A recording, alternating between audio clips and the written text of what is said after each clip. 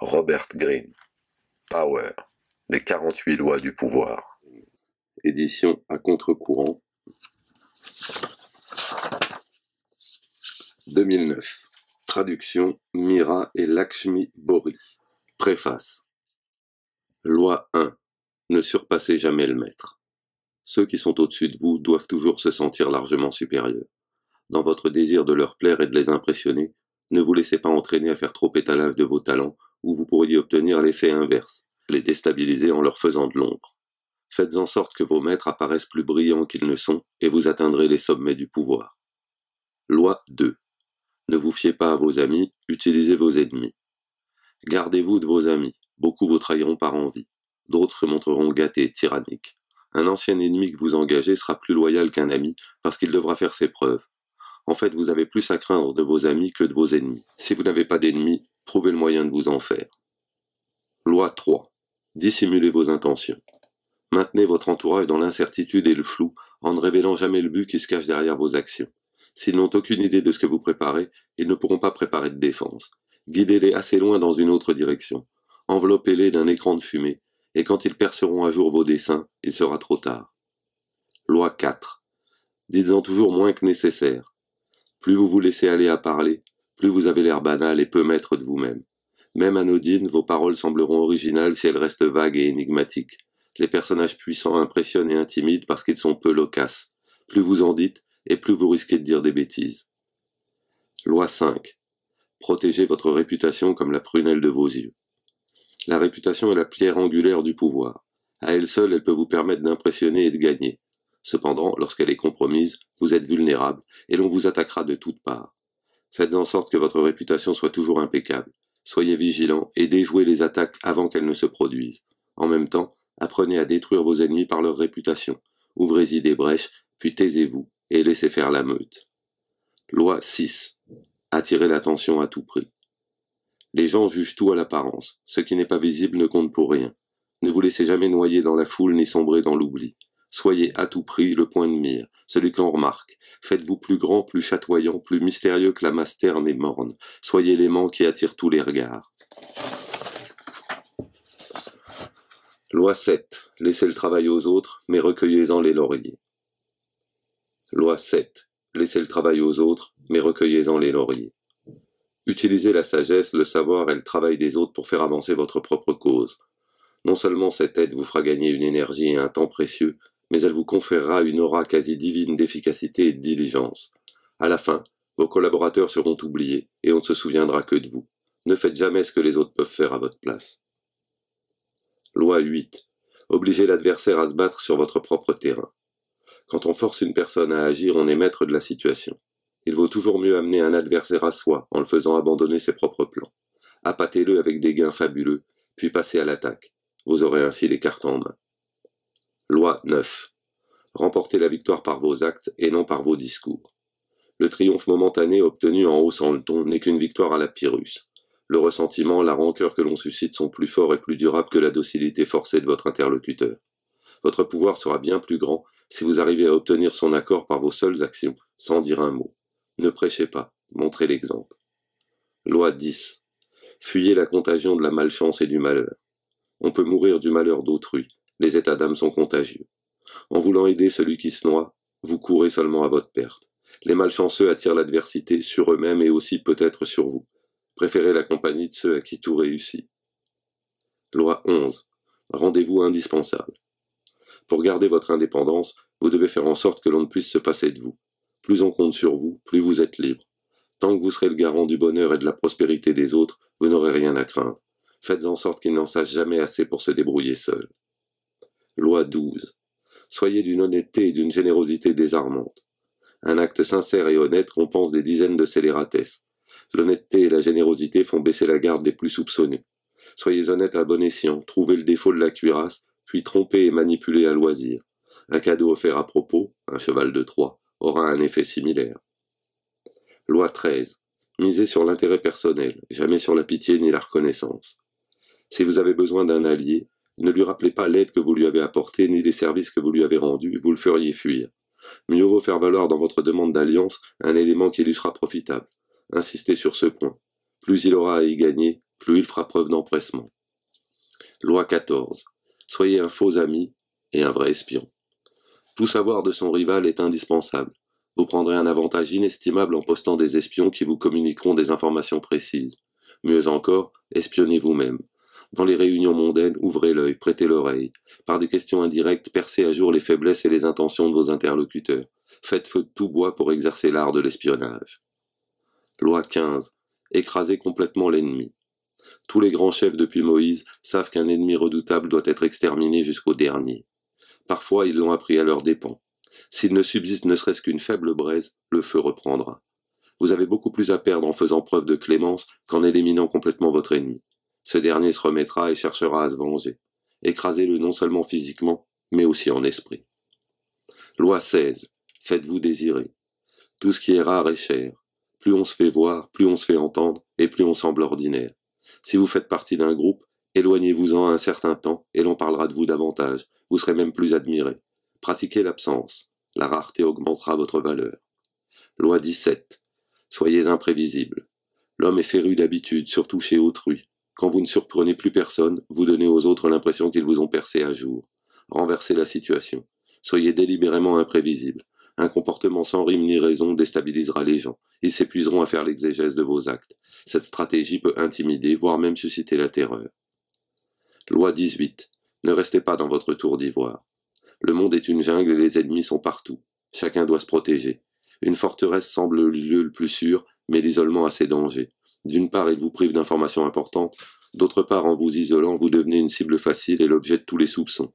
Mieux vaut circuler, trouver des alliés, se mêler aux autres. La foule est un bon bouclier humain. Loi 19. Ne marchez pas sur les pieds de n'importe qui. Il y a des gens bien différents par le monde. Tous ne réagissent pas de la même manière. Certains, lorsqu'ils sont trompés ou manipulés, passent le reste de leur vie à chercher une occasion de vengeance. Ce sont des loups déguisés en agneaux. Choisissez soigneusement vos victimes et vos adversaires, ne malmenez pas n'importe qui. Loi 20. Ne prenez pas parti. Stupide est celui qui aliène sa liberté à un parti.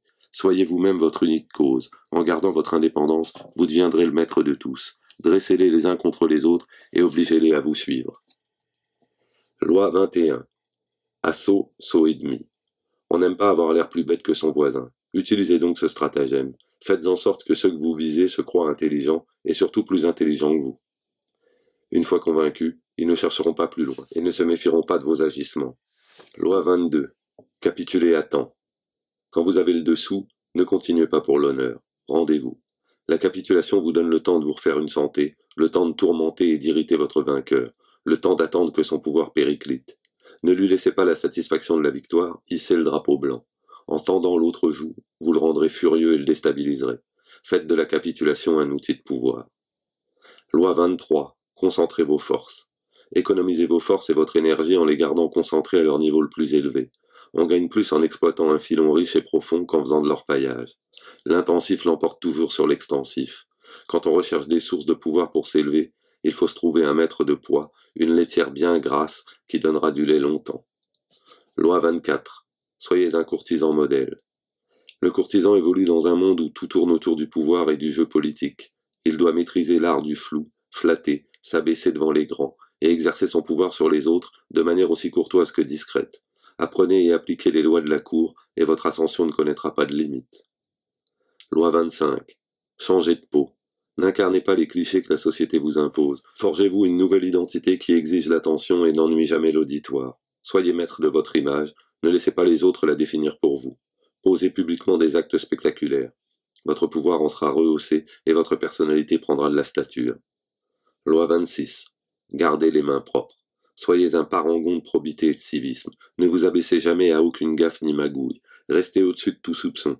Utilisez plutôt les autres comme bouc émissaire ou chargez-les de tirer à votre place les marrons du feu. Loi 27.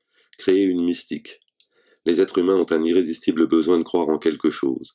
Devenez l'épicentre de ce désir en leur offrant une cause à soutenir, une nouvelle foi à suivre. Vos paroles doivent être vagues mais pleines de promesses. Mettez l'accent sur l'enthousiasme plutôt que sur la rationalité. Donnez à vos disciples des rituels à accomplir, demandez-leur des sacrifices. En l'absence d'une religion organisée et de grandes causes, votre nouveau système de croyance vous apportera un inestimable pouvoir. Loi 28. Faites preuve d'audace. Si vous n'êtes pas sûr de l'issue d'une action, ne vous y lancez pas. Vos doutes et vos hésitations entraveraient son exécution. La timidité est dangereuse, mieux vaut faire preuve d'audace. Les erreurs commises par audace sont facilement rectifiées grâce à plus d'audace encore. Tout le monde admire l'audacieux, personne n'honore le timoré. Loi 29. Suivez un plan précis jusqu'au but final. Tout est dans le dénouement. Prévoyez toutes les étapes qui y mènent, en tenant compte de leurs éventuelles conséquences, des obstacles qui risquent de surgir et des revers de fortune qui pourraient anéantir vos efforts. En planifiant votre action jusqu'au bout, vous ne serez pas pris au dépourvu et vous saurez quand vous arrêter. Guidez la chance avec doigté et mettez-la de votre côté en faisant preuve d'une vision à long terme. Loi 30. N'ayez jamais l'air de forcer. Vos actes doivent paraître naturels et exécutés avec aisance. Cachez la sueur et le sang qu'ils vous ont coûté et taisez les trouvailles géniales qui vous ont simplifié la tâche. Donnez l'impression d'agir toujours en souplesse, comme si vous pouviez faire beaucoup plus. Si vous avez l'air de ployer sous les faits, les gens se poseront des questions. Quant à vos trucs et astuces, gardez-les pour vous, on pourrait les utiliser à votre désavantage. Loi 31. Offrez le choix, Carib ou Scylla.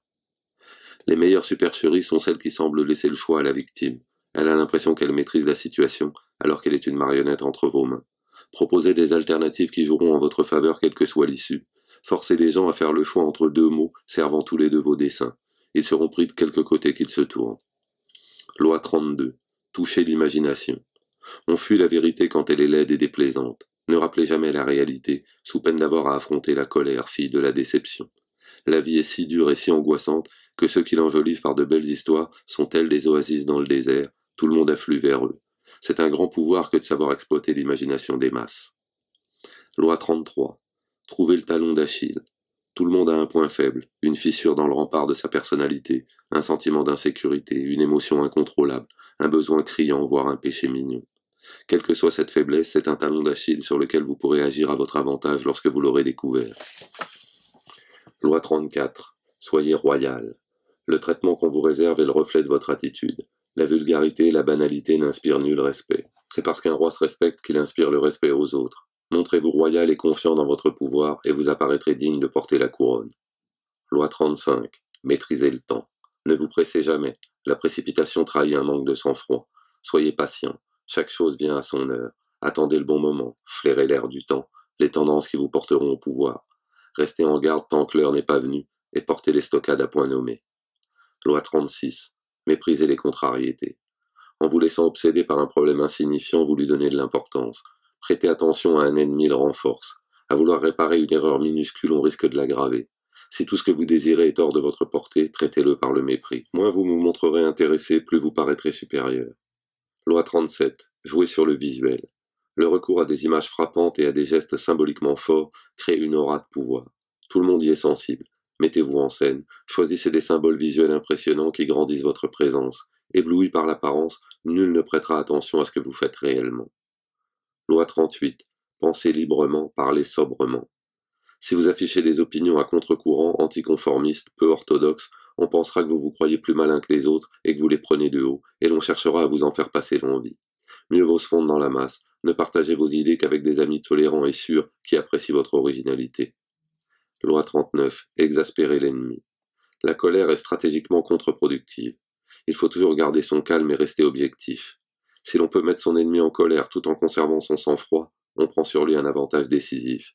Déstabilisez votre adversaire, trouvez en lui la faille qu'il fera sortir de ses gonds. Loi 40. N'hésitez pas à payer le prix. Ce qui est gratuit est suspect. Cela cache soit un piège, soit une obligation. Ce qui a de la valeur mérite d'être payé. Le juste prix à quitter, vous ne demeurez l'obligé de personne. Et qu'il ne soit pas question de rabais, on ne lésine pas quand il est question d'excellence. Soyez prodigue avec discernement. La générosité est un signe et un aimant du pouvoir. Loi 41. Ne succédez à personne.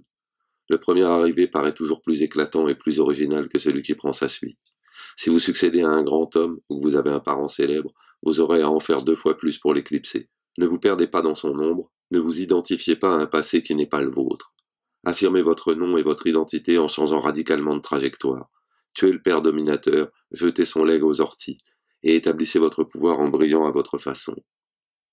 Loi 42. Éliminez l'agitateur. Souvent, un problème de groupe est lié à un seul fauteur de trouble, un arrogant sous-fifre promu empêcheur de tourner en rond. Si vous lui laissez les moyens de nuire, les autres succomberont à son influence. N'attendez pas que les problèmes créés par un élément récalcitrant se multiplient et n'essayez pas de négocier avec lui. Il est incorrigible. Neutralisez son influence en l'isolant ou en l'excluant. Décapitez la bande et vous en reprendrez le contrôle. Loi 43. Parlez au cœur et aux esprits. La coercition pure peut se retourner contre vous. Séduisez plutôt, donnez envie d'aller dans votre sens. Celui que vous avez séduit deviendra votre marionnette. Et pour séduire, il faut agir sur la psychologie de chacun, exploiter ses faiblesses, assouplissez le rebelle en misant sur ses affects, en jouant sur ce qu'il craint et ce à quoi il tient. Si vous négligez le cœur et l'esprit des autres, vous vous ferez haïr. Loi 44. Singez l'ennemi. Un miroir reflète la réalité, mais c'est aussi l'outil par excellence de l'illusionniste. Lorsque vous vous faites le miroir de vos ennemis, en mimant leurs moindres gestes, cela les égare. L'effet de miroir les humilie, les exaspère et les fait sortir de leur gond. En tendant un miroir à leur psyché, vous les séduisez, en leur donnant l'illusion que vous partagez leurs valeurs. En tendant un miroir à leurs actions, vous leur donnez une bonne leçon.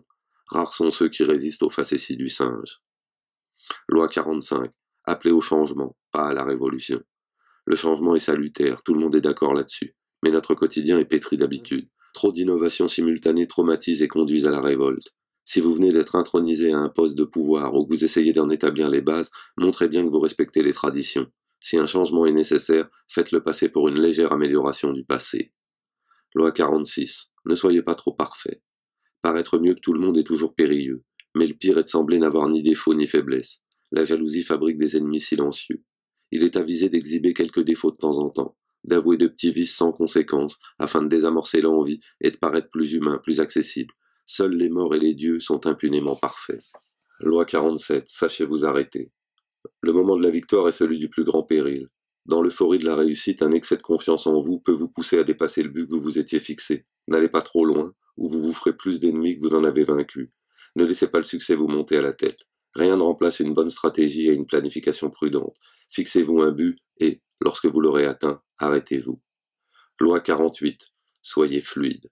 En révélant un plan gravé dans le roc, vous vous rendez vulnérable. Au lieu d'adopter des concours définis qui donneront prise à votre ennemi, restez adaptable et mobile. Acceptez que rien n'est certain, qu'aucune loi n'est immuable. La meilleure façon de vous protéger est d'être aussi fluide et insaisissable que l'eau. Ne comptez jamais sur la stabilité ni sur l'immobilité. Tout change.